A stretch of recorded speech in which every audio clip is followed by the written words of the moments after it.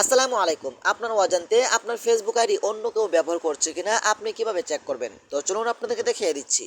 তার আগে ছোট্ট একটি কথা বলবো, যারা আমার ফেসবুক পেজে নতুন অবশ্যই আমাদের পেজটি ফলো করে রাখুন এমন গুরুত্বপূর্ণ নতুন নতুন ভিডিও পাওয়ার জন্য।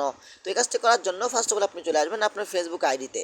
তারপর উপর থেকে থ্রি ডট আইকন উপরে ক্লিক করবেন। তারপর এখান থেকে সেটিংস অপশন উপরে ক্লিক করবেন। তারপর এখান থেকে পাসওয়ার্ড অ্যান্ড সিকিউরিটি এখানে আপনি ক্লিক করবেন।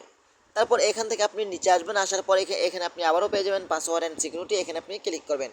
তারপর এইখানে একটু নিচে আসবেন, আসার পরে কিন্তু এখানে আপনি পেয়ে যাবেন উই আর লগিং ইন, এখানে আপনি ক্লিক করবেন।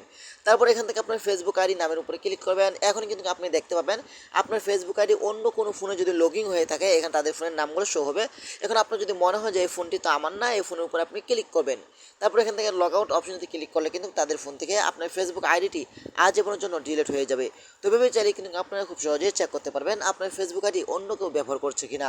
তো আশা করি ভিডিওটা বেশি বেশি শেয়ার করে দেবেন আপনাদের বন্ধুদের মাঝে, তারাও যেন উপকৃত হয়। ধন্যবাদ সবাইকে। আসসালামু আলাইকুম।